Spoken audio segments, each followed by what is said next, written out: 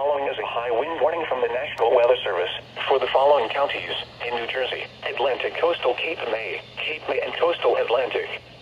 What? Southeast winds 20 to 30 miles per hour with gusts up to 60 miles per hour expected.